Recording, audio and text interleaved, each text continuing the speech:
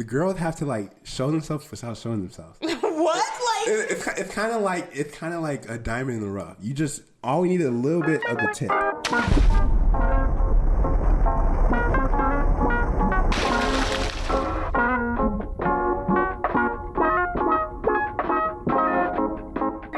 Welcome back to another episode of the Catch Podcast. Today we'll be recapping and talking about Ruth 3. So in Ruth 3, a lot of fun things happen. Naomi is advising Ruth to go unto Boaz and kind of get that security of having a new husband. And of course, you know, Ruth being the loving daughter-in-law, she's like, yes, whatever you say. So Ruth, she washes herself, you know, and she lays at the foot of Boaz's bed and waits for him to come. And then, you know, he has a day of eating and drinking and being merry. And he goes into his bedchambers. And then as he is laying down, he notices a woman at the feet of his bed. And of course, that's a little creepy, yeah. little crazy. So he's, of course, startled. And he's like, who is this? And Ruth reveals herself. And Boaz, being the kind man he is, sends her on her way, tells her to hide and not show anyone that she was at his bedchambers at midnight. And then sends her with a barley of wheat. And then Ruth tells Naomi, and Naomi's like, just sit tight. He's going to have you covered. And that's pretty much Ruth 3. That is. Ruth 3.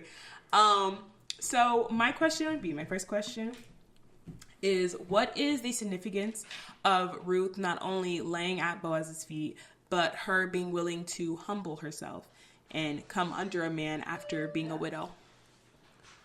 I think it was just her obedience, because Ruth technically didn't know exactly what she was doing. Yeah. But she only did it because Naomi told her to. So I believe Naomi, she was more wiser in the situation. Yeah. So I think the significant part was Ruth's obedience. Right. But that brings up a point that I kind of really want to hit when I was studying it earlier. Is how when it comes to marriage or courting or whatever, bear with me. Don't all come for me. But I feel like with you right now. No, come on. I need you. I feel like it is sometimes the woman's job. Just let me get through, and then you can come. Okay. It's the woman's job to be seen first before a guy go after her. So technically, in a sense, the girls make the first move. No. Come on, you gotta see my logic here. No, your logic is not being seen at all. Okay, how? Why not? Because to begin with, if we start off from the other chapters of Ruth wasn't doing what she was doing at first to be seen.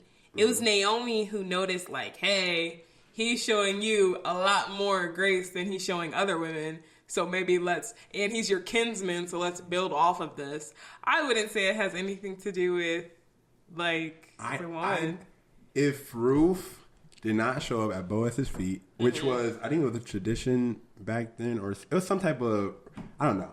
I was told by somebody that it was a old Hebrew thing, whatever.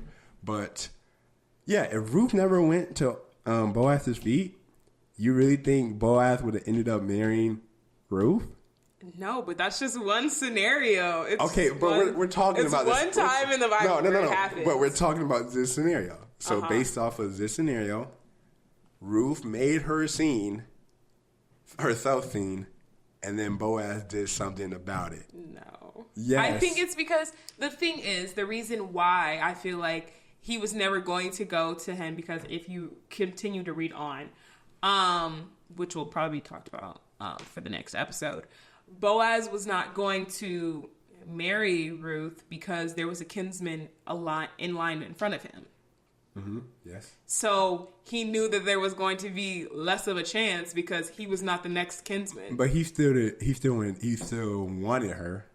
That doesn't deny the fact that he wanted her. Okay. He kind of secretly was like, hey, I really hope my brother Jacob over here won't won't That's a name. I did. Won't marry this girl, so I can. If anything, I feel like he made the first move, but she in turn had to co-sign the move because he was already giving her more wheat.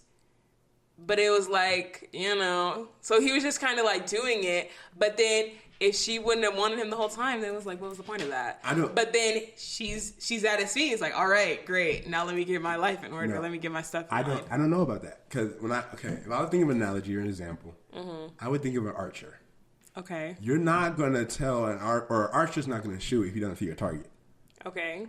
That's what I'm saying. But now, that doesn't make the target the first move. The archer still has to be the one to shoot. Yes, when we see a target. So I believe a woman of God should, I don't know. It's hard to say it because, yes, guys, I do believe guys should make the first move. Absolutely, they should ask for the first date, should pay for the date, all of the dates. That's my opinion. But, yeah, they have to make themselves visible because if not, what am I aiming at? But then again, it's like you don't want to be like all up in a guy's face and it not be God's will. No, yeah, the girls have to like show themselves without showing themselves. What? It's kind of like a diamond in the rough. All we need is a little bit of the tip. The glimmer is off the sun shines on it, we see a little bit of it, and we know to go for it. You're still somewhat hidden, you're still a jewel, but we know now where to find you. Okay, but that's still not making the first move.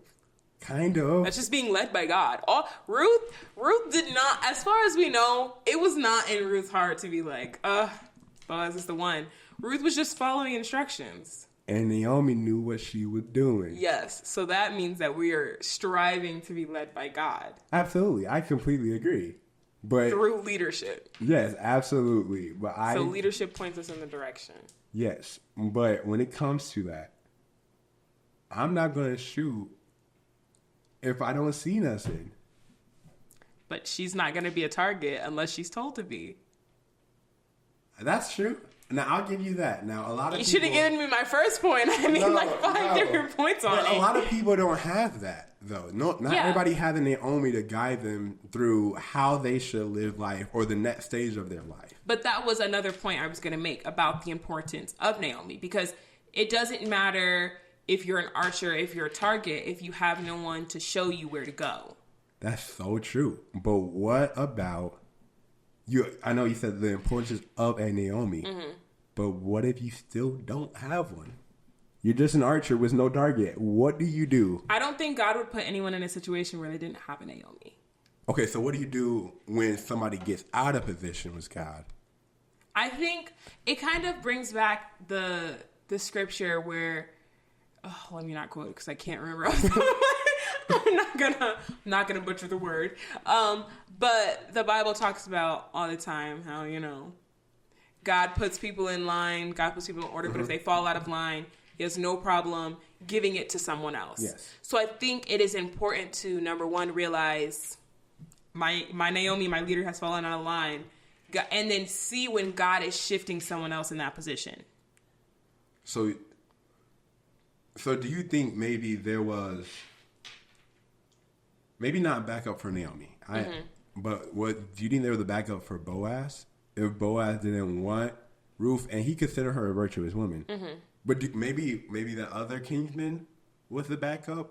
Because the other kinsman was supposed to be there anyways. It was he was technically supposed to marry Ruth. If it went that way. Why do you think God gave Ruth Boaz? Why Boaz? Why not the first kinsman? I think, and it shows a lot in his character in chapter 3 with the way he responded to Ruth. He knew that there was ordinances set in place to where he would not get Ruth first. Ruth was not his to have. But in his Christ-like virtue of patience, of knowing if this does not go my way, I will still be fine with that. Because he wasn't like, Ruth, stay in my chamber and we'll just find out tomorrow if the kinsman really wants you or not. He waited patiently while still yet showing interest. So he didn't let his patience bring on depression. Yeah. He didn't let his waiting season bring on fear or anguish. He trusted in God. He trusted that if it's God's will, it'll happen that way, which is something a lot of Christians forget to do. And in that trusting, he was able to get that piece of, I know what to say now to that kinsman. Yeah. So what would have happened if Boaz wasn't as patient? I think... Like, do you think he would have still got Ruth, but he would have had to go through a lot more than he did to get her? I think, honestly, it would have... I don't want to say it would have messed up his plan because, you know, everything is in God's order. But it's like, it would have drastically changed the story because now it's less of we're following God's order to the T and more of we're following God's order, but we're making pit stops. Yeah. And that's what a lot of people try to do. A lot of people understand, like, okay, God wants me to be a Christian. God wants me to follow in this way, but I'm making pit stops along the way. I want to do this, so I'm going to do this. I'm not going to follow his will to the T. Yeah, but I guess I'm kind of playing the devil's advocate here. Mm-hmm. But it kind of makes sense because God does like to take his time. Mm-hmm. And in his timing, he likes the journey. God, I feel like, this may be a shifting topic, but I feel like God likes the journey more than he likes the result. Because it makes them. It makes them, yes. It's the process, and I feel like, I don't know. I kind of want to see who Boaz was before Ruth. Before Ruth even got there. Right. How was he the same noble man? Right. Or when he set eyes on Ruth, he became more nobler? That's a good point. Because I think that's the thing. A lot of women say, I'm a Ruth and I want my Boaz. But we don't really know who Boaz was before he became who he was. Because we've said a lot of times that, you know, God will often, he will change you as you're in a season. Mm-hmm. So maybe in him meeting Ruth, he became a better person. He became a more righteous man. But all we know now, and I think that is also a testament to a lot of people, is that sometimes we're so worried about our past that we don't realize that most of the people we're going to meet and most of the people we're going to testify to don't even know it. Mm. So it's like, in my life, like, and even like with all the cameras here in the podcast, like the podcast only knows me as a certain person. They only know the 18 going on 19-year-old divinity. They don't know the 15-year-old divinity. They don't know the 16-year-old divinity, but those were all still me. They only know the product of it. And I think that is something that usually isn't brought out about Boaz. People don't really talk about who he was before because we're so focused on who he is now. True. So when he was looking at Ruth, what do you think stood out the most? What do you think was her greenest flag? Is that what we use these days? What was her greenest flag? I think because, of course, Ruth 3:11, I know that for a fact, he talks about how she is a virtuous woman. Could you actually read that? Yes. I have my Bible up here. And now, my daughter, fear not. I will do to thee all that thou requirest. For all the city of my people does know that thou art a virtuous woman. Yes. So I think that, of course, the virtue aspect. But I think he admired her obedience to a woman that was not her mother. I think he admired her access of being humble, of being able to take that obedient road, to be able to be the daughter that she never was able to have. And it was such a green flag, so to speak, because it's not something you see a lot. No. And to see a woman that is willing to be so subject that she is willing to, again, like lay at this man's feet that she barely knows because Naomi told her to, I think he put that at highest regards. I agree. And speaking of the virtuous woman, of course, in Proverbs it says, her price is far above rubies. Yes. So with that being said, what price if he had to, what price did Boaz have to pay to get this virtuous woman? That's a good question. Yeah. Did you just come up with that? I did just come up with that. I can tell by your face that you were not expecting to say that. What price did he have to pay to get her? Oh. Or was she a present? Did he have to, in a sense, buy her? Mm-hmm. Yeah. I think that is a really good question because I think it is a testament to a lot of times when everybody's like, oh, I want a Proverbs 31 woman, but are you willing to follow the rest of Proverbs and be that man? Yes. Like Proverbs talks about all the things that you need to be a wise man, but are you willing to follow that? And I think, and just what we were talking about before, about him turning her away and sending her back home with the wheat and how he chose patience, I think that was his price. I think he had temptation continuously from that. Because, of course, as far as we know, like, he is drawn to Ruth in a way he's never understood before. So now he has to learn to wait on that. He has to have temperance in this attraction, which is what a lot of people miss sometimes. They miss the idea that I feel this strongly and I feel it's God's will, but I understand that I have to wait on God's timing. A lot of people see the will, but they don't see the timing behind it. So I think that patience and that idea that I'm giving it all to God was the price to pay. The idea that it's not in my hands anymore was the price to pay. So do you think that goes for all men seeking virtuous women? I think that's one of the main prices. It is that waiting period, that temperament. It's the idea that it's not in my hands. Because again, like we said before, it could have easily went another way. Like Boaz could have went to the kinsman before him and he'd be like, no, I'll take Ruth. And then that would have been that. Yeah. So what do you think is the price that a female has to pay for a Boaz? What do you think is that?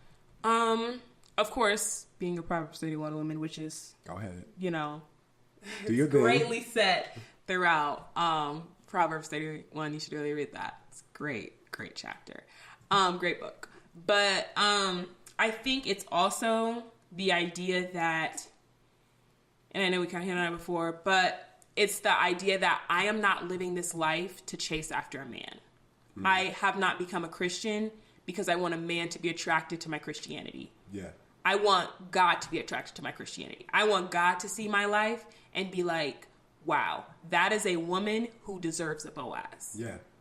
Because at that point, like, there's no point of you trying to be a Proverbs 31 woman to get a man, because once you get him, you won't keep up with it. Yeah. After you get married, then what? Now you can just be your real self. Now you can just act like however you want to be. And then your marriage is ruined. Right. Yeah. So it's like, it's the idea that I'm not living a life for the man's approval. I'm living a life for God's approval. And I think every Boaz appreciates that. Yeah. Because I know this is a different story, but Samson and Delilah. Yeah, that's like complete opposite. No, yeah, we don't got time for her. We do not. As a man of God that we're supposed to be, or I'm supposed to be, I don't got time for a Delilah. Right. Now, it seemed like she loved me. It seemed like she really cared, but all she was trying to do was get me in a trap. She was trying to get me killed. She's trying to get me killed. Yeah.